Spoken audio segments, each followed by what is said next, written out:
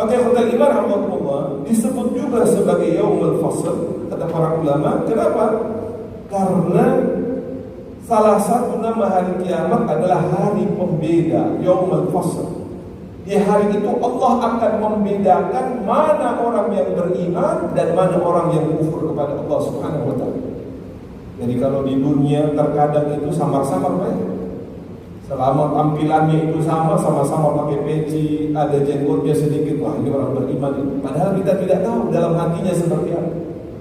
Apakah itu hanya pemanis dari tampilan saja, ataukah benar-benar tampilan itu mencerminkan keimanan? Tapi di hari itu, Yaumul Fasl, Allah menyebutnya dengan Yaumul Fasl karena Allah akan membedakan di hari itu mana orang yang beriman dan mana orang yang tidak beriman. Orang yang beriman dan orang yang kufur kepada Allah Subhanahu wa taala.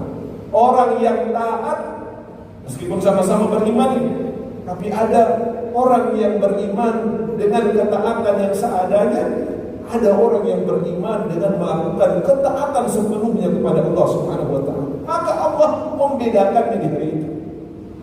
Allah membedakan.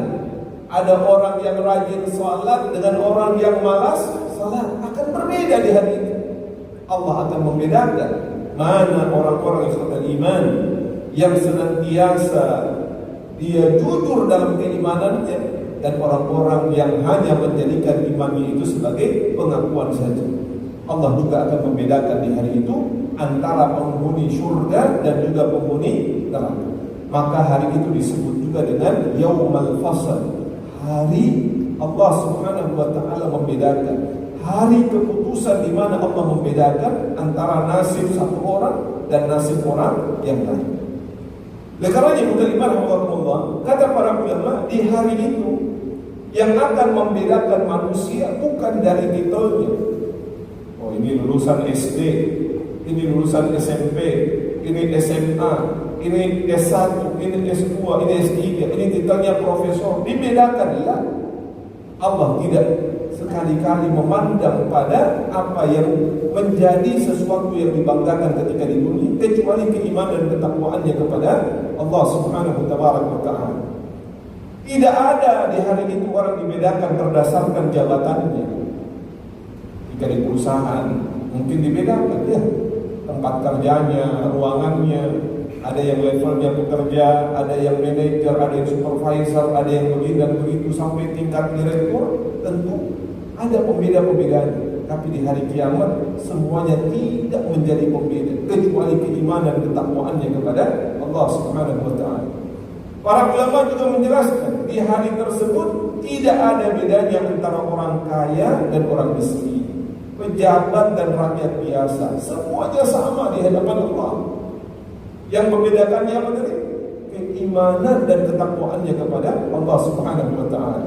Kenapa keimanan ikhwatul iman? Karena keimanan inilah yang menjadi syarat utama seseorang masuk ke dalam surga Allah. Baru setelah itu mereka akan dibagi berdasarkan ketakwaannya. Yang disebutkan oleh Allah, inna akramakum indallahi atqakum. Tapi syarat utama, tiket utama masuk ke dalam surga itu harus beriman.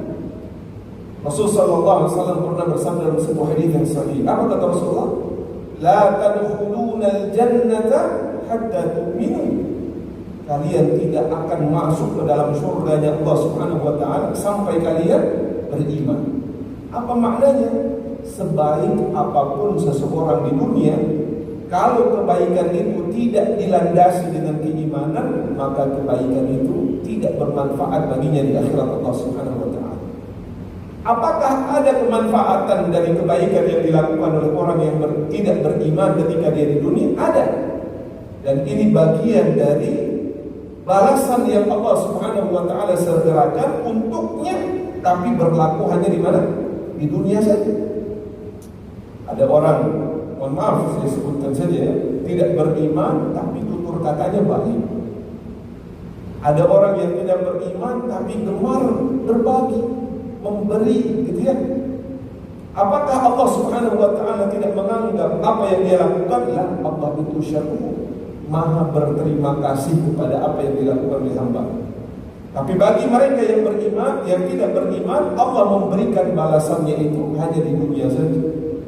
Dengan kebaikan itu, Allah mungkin memberikan kesehatan, Allah memberikan rezeki yang banyak bagi, Allah menjadikan dia diterima di tengah-tengah komunitasnya. Ini bagian dari kebaikan yang Allah berikan. Tetapi ketika dia sampai di akhirat Allah, seluruh kebaikan yang dia lakukan tanpa dilandasi dengan keimanan tidak berlaku di sisi Allah Subhanahu wa taala. Maka kata Rasulullah sallallahu la tadkhulunal jannata hatta tu'minu. Kalian tidak akan masuk ke dalam surga sampai kalian beriman kepada Allah Subhanahu wa taala. Maka ikhwatal iman hafizakumullah, ini syarat utama masuk dalam surga. Beriman, barulah ketakwaan ini yang akan menjadikan seseorang berada di posisi yang mana. Tingkat amal saleh yang dia lakukan, tingkat ketaatan yang dia hadirkan kepada Allah, inilah yang akan menjadikan dia berada di tingkat mana di dalam surga Allah Subhanahu wa taala. Semakin dia taat, semakin dia patuh, semakin dia bertakwa. Apa makna takwa itu? Menjalankan perintah Allah dan menjauhi larangan Allah Subhanahu wa taala. Semakin hal ini dia lakukan, semakin menjadikan dia menempati tingkatan surga yang paling tinggi. Yang paling tinggi itu namanya surganya apa? Al-Firdaus, Jannatul Firdaus al-A'la. Ma'an nabiyyin, di mana Allah menempatkan manusia-manusia terbaik di sana, yaitu para nabi, para rasul, para syuhada, para salihin. Dan tentu saja kita berharap Allah juga memasukkan kita di sana. Itulah mengapa kata Rasulullah, kalau kalian meminta surga kepada Allah, mintalah surga yang paling tinggi, yaitu Firdausil A'la.